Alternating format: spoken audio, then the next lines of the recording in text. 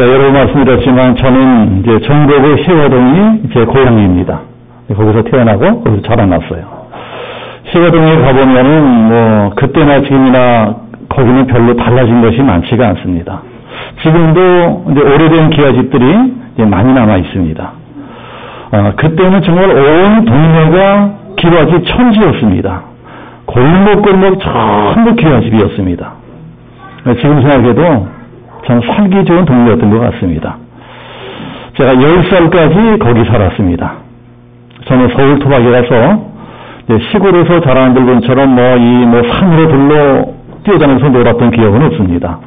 그 대신에 골목 누비고 다니면서 놀았습니다. 자라난 동네가 좁은 골목길들이 미로처럼 막 되어있는 이 동네였기 때문에 그냥 골목이 놀이터였습니다. 골목길에서 딱지치기도 하고 구슬치기도 하고 또 술래잡기도 하고 이제 그러고 놀았습니다. 골목 숨기 좋은 데가 많았기 때문에 아이들하고 이 술래잡기 놀이 참 많이 했습니다. 그런데 아이들이 술래잡기 놀이하기 싫어한 데가 있었습니다.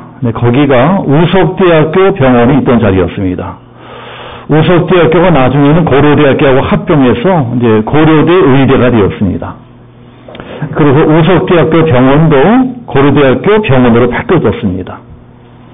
고대 의대 나오신 의사분들 중에 연세가 많으신 분들은 거의 전부 다 이제 이 우석대학교 의대에 나오신 분이라 생각하시면 될 거예요. 졸업장이 바뀌어졌습니다. 지금은 안암동에 있는 고대병원도 사실은 원래는 그 희화동 로터리에 있던 것입니다. 대학병원이니까 그때도 당연히 영안실이 있었습니다. 영안실. 매우 사람이 죽어나가는 장례식장이 있었기 때문에 귀신을 봤다는 사람들이 많았어요. 그때는 왜 귀신 봤다는 사람들이 그렇게 많은지 모르겠습니다. 여자아이들은 그 앞에서 놀기를 무서워했습니다. 그리고 남자아이들은 괜히 펑 잡고 겁이 없는 척하고 장례식장 앞에서 많이 놀았습니다. 거기서 술래잡기 하고 그러고 놀았습니다. 저도 그랬습니다. 어느 날도 친구들하고 막 잘난 척하고 용기는 척하고 영안식 있는 골목길에서 술래잡기를 하는데 그날 제가 술래가 되었습니다. 술래잡기 많이 해보셨죠? 술래가 되면 눈을 가리고 하나, 둘, 셋, 한 10가지 이제 세는 동안에 친구들이 다 숨어버립니다. 그러면 이제 그때부터 이제 아이들을 찾아내야 돼요. 골목 다니면서 아이들을 찾아냅니다. 그런데 어느 날은 아무리 찾아도 한 명도 안 보이는 것입니다. 한 명도 안 보여요. 그래서 찾다 못해가지고 못 찾겠다 깨꼬리, 못 찾겠다 깨꼬리. 그러면 이놈들이 그만 나와줘야 됩니다. 그런데 그날은 정말 한 명도 안 나오는 것입니다. 아이들을 찾다가 날이 깜깜해져 버렸습니다. 그 귀신이 나온다는 무서운 골목길에서 혼자 못 찾겠다 깨꼬리, 못 찾겠다 깨꼬리.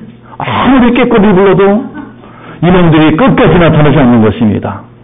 알고 보니까 친구놈들이 나를 골탕 먹이려고 나만 혼자 내버려두고 다 집으로 들어가 버렸습니다. 그것도 모르고 깜깜한 골목길에서 혼자 못 찾겠다 깨꼬리, 못 찾겠다 깨꼬리. 그러다가 그냥 혼자 집에 들어온 적이 있습니다. 친구놈들이 배신을 때린 것입니다. 그래서 어린 나이에 일찍 큰 진리를 깨달았습니다. 이제 뭘 깨달았겠어요? 세상에 믿을 놈 하나 없구나. 우리도 그럴 때가 있죠. 우리도 신앙생활 하다가 가끔 시험이 들 때가 있습니다. 저는 이제 언제 시험이 드나요? 하나님하고 숨바꼭질 할 때.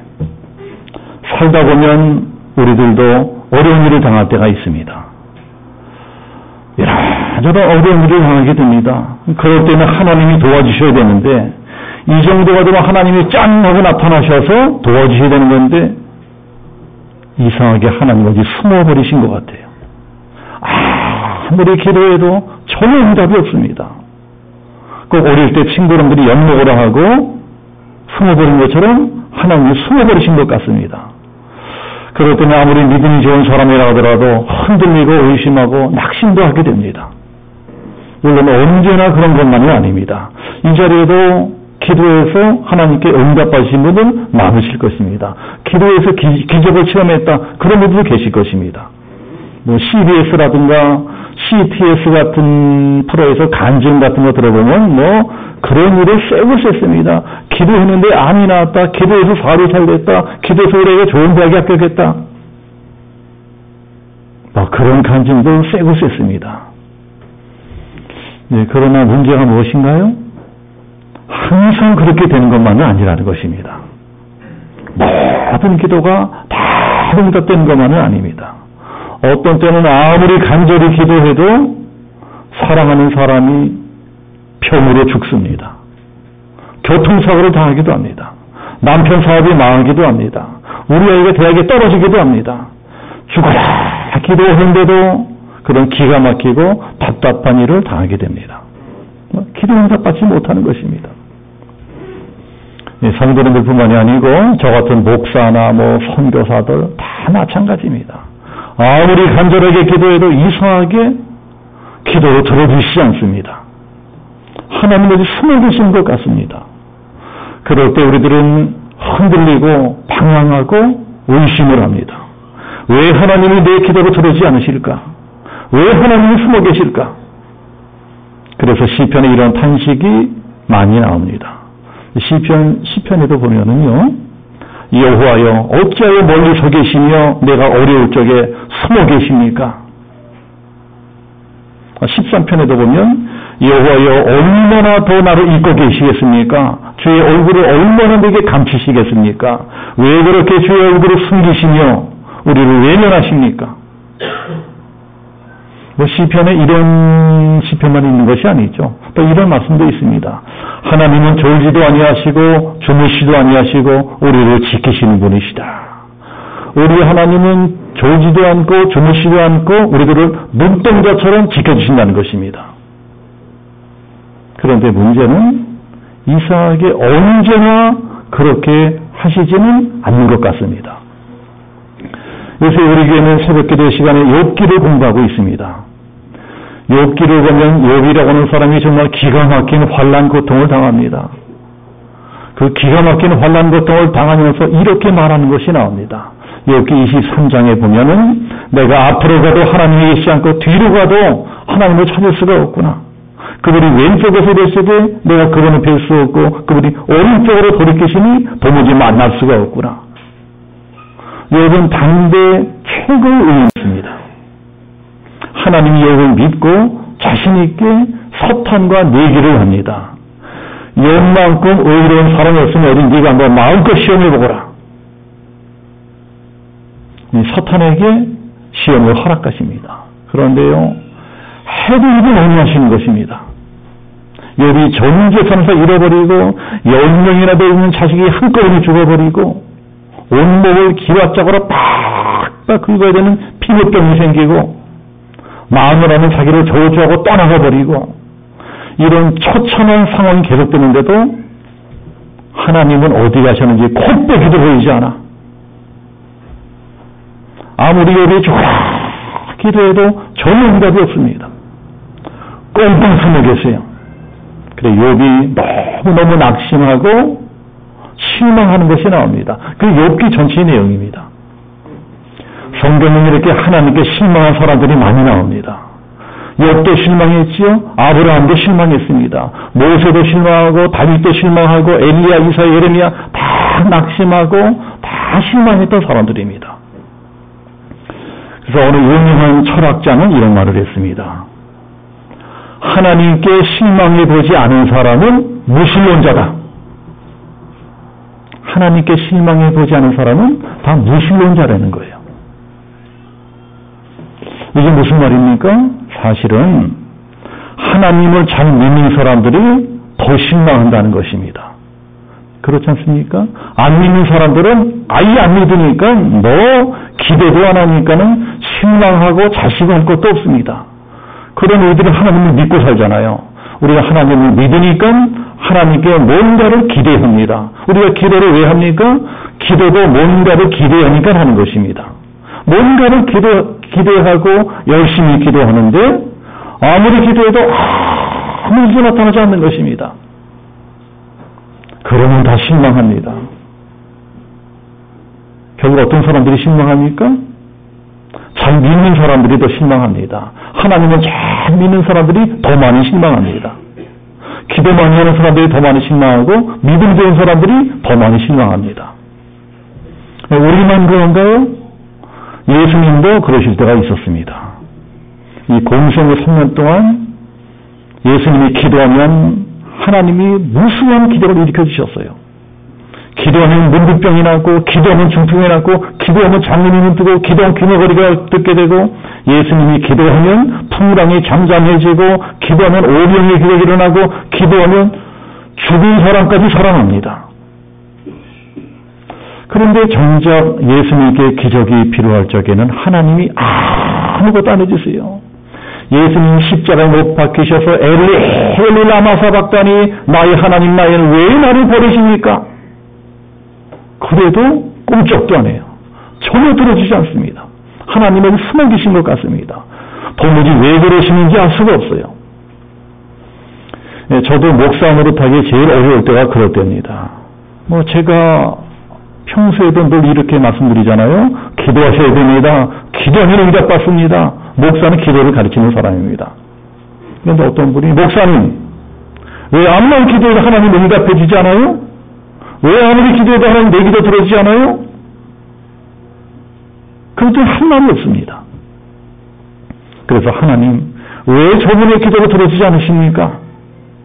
하나님이 저분의 기도를 좀 들어주셔야 저도 목사 노릇 해낼 수 있지 않겠습니까? 그래도 안 들어주신 때가 있어요. 그럴 때는 정말 하나님 어디 숨어 계신 것 같습니다. 왜 하나님이 그렇게 하실까? 왜 하나님이 숨어 계실까?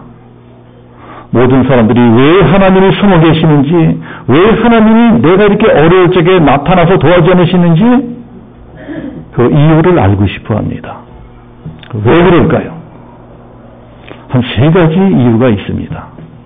자, 첫 번째는 더 큰 일을 이루어주시려고 그렇게 하실 때도 있다는 것입니다. 더 큰 역사를 나타내시려고 숨어 계신 것처럼 보이시는 때도 있다는 것입니다. 하나님이 숨어 계시는 것은 비겁해서도 아니고 무능해서도 아니고, 하나님이 숨어 계시는 것은 무심해서도 아니고 사랑하지 않아서도 아닙니다. 한번 이것을 생각해 보세요. 만약에 예수님이 십자가에 못 박히셨을 적에 하나님께서 예수님이 죽지 않도록 구해주셨더라면 어떻게 됐을까요? 그러면 우리 인류는 구원받을 수 없습니다. 예수님이 십자가에 달려 죽지 않으셨더라면 오늘날 우리도 구원받지 못합니다. 그러면 교회도 없습니다. 천국도 없고 영생도 없습니다. 오로지 예수님이 십자가에서 몸짓고 피 흘려 죽어주셔야만 우리도 구원받고 천국도 있고 부활도 영생도 있는 것입니다. 그래서 예수님이 십자가에서 엘리 라마 사박다니 나의 하나님 나의 왜 나를 버리십니까? 이럴 때도 하나님은 숨어 계셨습니다. 차마 예수님을 볼 수가 없어서 꽁꽁 숨어 계십니다. 자, 우리 오늘 말씀 15절 같이 한번 합독해 보겠습니다. 15절 다 같이 시작. 구원자 이스라엘의 하나님이여 주님 스스로 숨어 계시는 하나님이십니다. 자, 오늘 우리 읽은 성경 이사야서는 이스라엘이 멸망당할 적에 이제 기록된 말씀입니다. 이제 그때 일어난 사건입니다. 바벨론이라는 나라가 쳐들어와서 이제 막 성전을 불태우고 사람들을 다 죽여버리고 남은 자들은 포로를 끌고 가버립니다. 나라가 망하게 되니까 이스라엘 사람들이 하나님 우리를 구원해 주옵소서, 우리를 도와주옵소서 간절하게 기도합니다. 그러나 그 기도 들어주십니까? 들어주지 않으세요. 다 망해버립니다. 다 망하는데도 하나님은 꽁꽁 숨어 계십니다. 그래서 사람들이 하나님께 원망불평합니다. 하나님 어디 계십니까? 왜 우리를 도와주지 않으십니까? 왜 우리를 망하게 내버려 두십니까? 하나님의 백성이 우리들이 망하면 결국 하나님까지 망하는 것이 아닙니까? 이제 그러자 말씀하시는 것이 오늘 말씀이에요. 11절 보면 너희가 장래 일을 내게 물으며 또 내 아들들과 내 손으로 모든 일에 관하여 내게 명령하려느냐? 너희들이 나한테 명령하는 거냐? 너희들이 뭘 한다고 감히 창조주의 내가는 일에 이러쿵저러쿵 떠드느냐? 너희들은 모른다는 것입니다. 내 생각은 너희들과 다르다. 하늘이 땅보다 높은 같이 내 길은 너희 길보다 높고 내 생각은 너희 생각보다 높으니라. 피조물인 너희들은 결코 창조주의 뜻을 알 수 없다는 것입니다. 너희들이 그동안 워낙이 불순종하고 죄를 많이 지었기 때문에 어쩔 수 없이 내가 잠깐 너희들을 심판할 수밖에 없지만, 징계할 수밖에 없지만, 그래도 이게 끝이 아니라는 것입니다. 때가 되면 장차 상상도 못한 일이 일어날 것이다. 13절 말씀입니다. 내가 공의로 그를 일으키리라. 때가 되면 이방 나라 왕이 나타날 것이다. 그 왕이 고레스입니다. 그 왕이 나타나서 너희들을 다 해방시켜줄 것이다. 이방 나라 왕이 자기들을 구원시켜주려 누가 상상할 수 있겠습니까? 근데 하나님이 그런 일을 하십니다. 그 왕이 나타나서 너희들을 조건 없이 부어줄 것이다. 너희 나라로 돌아오게 할 것이다. 다시 나라 승리할 것이다. 상상 못한 일이 일어날 것이다. 그리고 모든 나라가 너희를 굴복할 것이다. 그리고 너희들은 이미 하나님이 진짜 하나님이다. 참신이다 고백하게 될 것이다. 지금 너희들은 나라가 망한다고 나 하나님까지 망할 것처럼 난리치지만 천만의 말씀 만만의 콩떡이다. 때가 되면 반드시 그런 날이 다가올 것이다. 온 세상이 다 내 앞에 다가오는 큰 날이 다가올 것이다. 하나님은 지금 그때를 내다보고 계시는 것입니다. 지금은 내가 아무것도 안 하고 숨어 있는 것 같이 보이지만 아니다. 때가 되면 나타날 거야. 그리고 지금으로 너희들이 꿈도 꾸지 못할 큰 일을 행할 것이다. 더 큰 역사를 이룰 것이다. 이게 오늘 성경이 주는 교훈입니다. 자, 두 번째. 왜 하나님이 숨어 계신 것처럼 보일까요? 더 큰 믿음을 주시려고 그러실 때도 있다는 것입니다. 하나님은 우리가 많은 믿음이 아니고 이만한 믿음을 갖기 원하십니다. 작은 믿음이 아니고 큰 믿음을 갖기를 원하세요. 그래서 어떤 때는 일부러 기도 응답 안 해주십니다. 어떤 기적도 일으켜주지 않으세요. 사실 우리들은 기적을 다 좋아하잖아요. 우리들은 기적 굉장히 좋아합니다. 그래서 어려운 일을 당할 적에는 야, 이래서 기적이 어디 일어났으면 좋겠다. 짠하고 기적이 일어나면 내가 살아야 좋겠다. 기적만 일어나면 내 믿음이 더 커질 것 같습니다. 그러나 성경 보면 반드시 그렇지도 않습니다. 출애굽기가 그런 것을 잘 가르쳐줍니다. 출애굽한 이스라엘 사람들처럼 큰 기적을 체험한 사람도 없습니다. 그 사람들은 이미 역사상 어느 민족도 체험해보지 못한 어마어마한 전무후무한 기적들을 체험했습니다. 홍해가 갈라졌어요. 하늘은 만나가 비비 쏟아집니다. 반석의 샘이 터집니다. 낮에는 불기둥, 낮에는 구름기둥, 밤에는 불기둥으로 인도합니다. 하나님이 그 사람의 날마다 어마어마한 기적을 쏟아부어 주십니다. 그런데 그 많은 기적들이 일어났다고 그 사람들이 믿음이 더 커졌습니까? 더 큰 믿음이 되었습니까? 그렇지 않잖아요. 그 반대가 되었습니다. 아무리 기적이 일어나면 뭘 합니까? 기적만 일어나면 모두가 다 뒤집어지고 변화될 것 같은데 그게 그렇지 않다는 것입니다. 그러다가도 조금만 어려운 일이 생기고 조금만 자기들 마음에 안 드는 일이 일어나면 금방 삐지고 시험 들고 원망 불평하고 모세에게 대들고 하나님께 반역하고 도로 우상을 숨기고 도로 애굽으로 돌아가자. 이런 게 우리 인간 종자들입니다. 그런 게 우리들입니다. 아무리 하나님이 별하별 기적을 다 일으켜줘도 조금만 삐끗하면 큰 삐지고 시험 들고 배신하고 도로 원리 취합니다. 그래서 우리들에게 더 큰 믿음을 주시려고 하나님이 일부러 숨어 계세요. 나타나지 않으십니다. 일부러 그렇게 하시는 것입니다. 너 이제부터는 좀 더 큰 믿음 가져야 된다. 네 눈에 뭔가 보이고 네 손에 뭐가 쥐어지고 이래야 믿겠다는 큰 어린아이 같은 유치한 자존심을 버리고 비록 내 눈에 보이지 않고 내 손에 쥐어진 것도 없고 그렇지라도 그래도 나 하나님을 믿는다. 하나님을 믿는다. 이런 믿음을 가져야 된다. 더 큰 믿음을 가져야 된다. 네, 그래서요 초신자 때는 비교적 하나님이 금방금방 기도 응답하시는 것이 많습니다. 그러나 조금 더 우리 예수 믿어보세요. 바로 응답하십니까? 잘 응답해 주지 않으세요. 왜 응답하지 않았습니까? 그때가 더 기도해야 될 때입니다. 그때 믿음이 더 커져야 됩니다.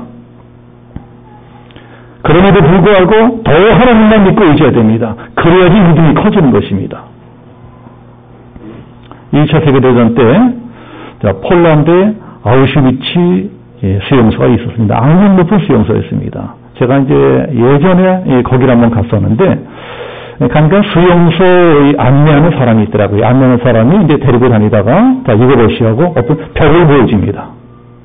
그 벽을 보여주면 여기 글씨로 새겨놓은 것이 있어요. 히브리 글씨로. 이게 뭔 글씨입니까? 그랬더니, 수용소에 갇혀있던 어떤 사람이, 죽어가는 사람이 이런 글을 새겨놨대요. 지금까지 남아있어요. 근데 그게 무슨 글이었을까요? 비록 지금은 밝은 햇빛을 볼 수 없다고 해도 나는 평생을 믿는다. 비록 지금은 사랑을 느낄 수 없다 해도 나는 살아있음을 믿는다. 비록 지금은 하나님이 숨어있는 것처럼 보이지 않는다 해도 나는 하나님이 살아계심을 믿는다. 이런 글씨를 새겨놨더라고요. 진짜 믿음은 하나님이 숨어 계실 때 더 커지게 되어 있습니다. 진짜 믿음은 기도가 잘 응답되는 때 그때 커지게 되어 있습니다. 기도가 바로바로 응답되면요, 그건 애기예요, 애기. 아주 애기이기 때문에 그렇게 하는 것입니다. 기도가 잘 응답되지 않아. 하나님이 안 계신 것 같아. 그런 의심, 고통, 절망, 이것을 이겨내야 됩니다. 그래야 비로소 조금만 믿음이 아니고 큰 믿음을 가질 수 있습니다. 욥기 맨 마지막 장에 보면 욥이 드디어 이 비밀을 깨닫게 됩니다. 그리고 고백을 합니다. 나는 주께서 모든 일을 가질 수 있고 계획하신 일은 무엇이든 다 이루신다는 사실을 이제 알았습니다. 이제 알았다는 것입니다. 그러나는 잘 알지도 못하면서 계속 의심했고 불평하고 원망하고 절망하고 그랬다는 것입니다. 욥이 이걸 깨닫게 되자 욥의 고난이 끝나버립니다. 하나님이 다시 욥을 회복시켜 주시고 이전에 받았던 축복보다 더 곱절로 더 축복해 주세요. 그러나 그때까지는 욥도 내가 왜 고난을 당하는지 몰랐다는 것입니다. 그러니 우리 같은 사람들이 어찌할 수 있겠습니까? 만약 하나님이 우리가 고난당하는 이유를 설명해 주신다 하더라도 우리들은 이해도 할 수가 없습니다. 하나님이 아무리 설명해 주셔도 이 작은 머리, 우리 머리가 얼마나 작습니까? 근데 하나님은 우주를 창조하신 분이에요. 이 작은 머리가 어떻게 이해를 합니까? 그래서 하나님은 우리가 알아먹을 수 있는 만큼만 가르쳐 주세요. 깨달을 수 있는 만큼만 보여주십니다. 그러니까 내가 이 머리로, 이 작은 머리로 알고 있는 것이 전부가 아니라 우리들은 이것을 인정해야 됩니다. 하나님 우리가 상상할 수도 청정할 수 없을 만큼 위대하시고 큰 분이시다. 전능한 분이다. 이것을 고백해야 됩니다. 고난 가운데 이것을 고백해야 됩니다. 그러면 하나님이 다시 나타나 주시고 고난이 끝나는 것입니다. 자, 세 번째, 왜 하나님이 숨어 계시느냐? 우리들을 더 성숙하게 만들어 주시려고, 우리를 더 성숙한 사람이 되게 만들어 주시려고 그러시는 때도 있다는 것입니다. 우리를 어린 만들어 주시려고, 영적으로 어린 만들어 주시려고. 제가 아까 술래잡기 하는 이야기를 해드렸습니다. 어릴 적에는 뭐 엄마 아빠랑 술래잡기 놀이 많이 하잖아요. 이 자리에도 아기 키우고 있는 엄마 아빠들은 뭐 그런 거 해본 적 많으실 겁니다. 뭐 아기랑 엄마 아빠랑 술래잡기 놀이하고 뭐 그런 집은요 좋은 집입니다. 참 좋은 집이에요. 처음 엄마 아빠랑 아기랑 술래잡기 하다가 누가 술래해라? 아기가 술래가 되었어요. 그래서 눈 감고 하나 둘 셋 하는 동안에 엄마 아빠 다 숨어버렸습니다. 아기가 엄마 아빠 찾아다니는 것입니다. 우리 엄마 여기 있나? 여기 없어요. 우리 아빠 저기 있나? 저기도 없어요. 열심히 찾아다닙니다. 찾다 못 찾으니까는 우리 엄마 아빠 나보고 도망갔네. 이러고 징징거리면 그 녀석은 아주 애기입니다. 애기. 그건 애기예요. 엄마 아빠가 영영 찾지 못하고 숨어 있겠습니까? 그렇지 않습니다. 부모들은 언제나 가까운 곳에 숨어 있습니다. 어린아이들이 찾아내려고 하면 찾아낼 수 있는 가까운 숨어 있는 것이 부모입니다. 하나님이 숨어 계신 것도 마찬가지입니다. 하나님은 우리가 찾아낼 수 있는 가까운 곳에 숨어 계세요. 우리가 믿음으로 찾고자 하면 반드시 찾을 수 있습니다. 우리가 만나면 반드시 만날 수가 있어요.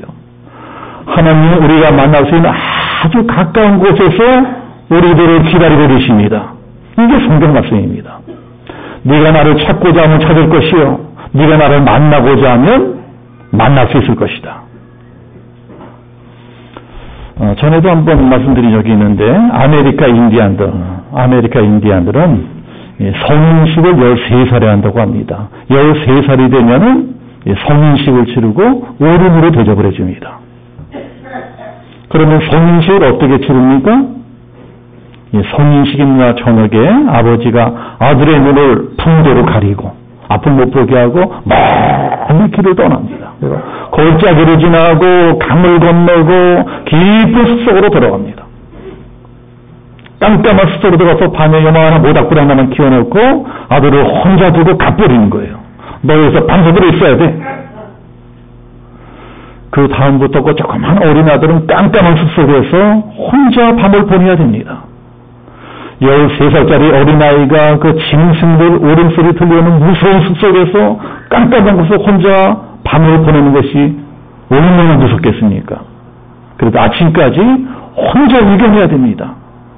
그래야 비로소 어른이 되는 것입니다. 그렇게 밤새도록 두려움과 싸우다가 마침내 날이 밝습니다. 아침이 되는 것입니다. 그러면 그 아이는 이렇게 생각합니다. 내가 해냈구나. 내가 드디어 내 집으로 어른이 됐구나. 하는 순간에 보니까 저기 아버지가 있어. 아버지가 숲을 속에서 여러 개 숨어 있는 것입니다. 아니, 아버지가 집에 온 줄 알았었는데 아버지 저기 있었네? 알고 보니까 아버지가 아주 가까이 있었습니다. 아들 모르게 밤새도록 뜬 눈으로 숲을 속에 숨어서 아들을 지켜보고 있었습니다. 혹시 짐승이 나타나서 우리 애를 해치지 않을까? 뜬 눈으로 조지도 않고 자지도 않고 애기를 지키고 있었어요. 무정하게 갚으린 줄 알았던 아버지가 한순간도 자기를 떠나지 않고 눈동자처럼 지키고 있었던 것입니다. 그러니까 그 아들은 혼자 있었던 게 아니에요. 아버지와 같이 있었습니다. 아버지는 한 번도 아들을 떠난 적이 없습니다. 아들이 이것을 깨닫게 됩니다. 이것을 깨닫게 되면서 비로소 어른이 되는 것입니다. 우리 하나님도 마찬가지십니다. 우리가 몰라서 그렇지 우리 하나님은 잠시도 우리를 떠나지 않으십니다. 우리 모르게 늘 숨어서 눈동자처럼 우리를 지켜주고 계십니다. 이 보험성가에도 이런 가사가 있잖아요. 내 너를 떠나지도 않으리라. 내 너를 버리지도 않으리라. 하나님은 우리 세상 끝날까지 내가 너와 함께 할 것이다. 약속하셨습니다. 약속이 약속. 하나님은 약속을 지키시는 분입니다. 내가 이 세상 끝날까지 너와 함께 하겠다. 절대로 너를 떠나지 않겠다. 우리 하나님은 지금도 우리 아주 가까이서 우리를 지키시는 좋으신 우리의 아버지이심을 믿으시기를 축복합니다.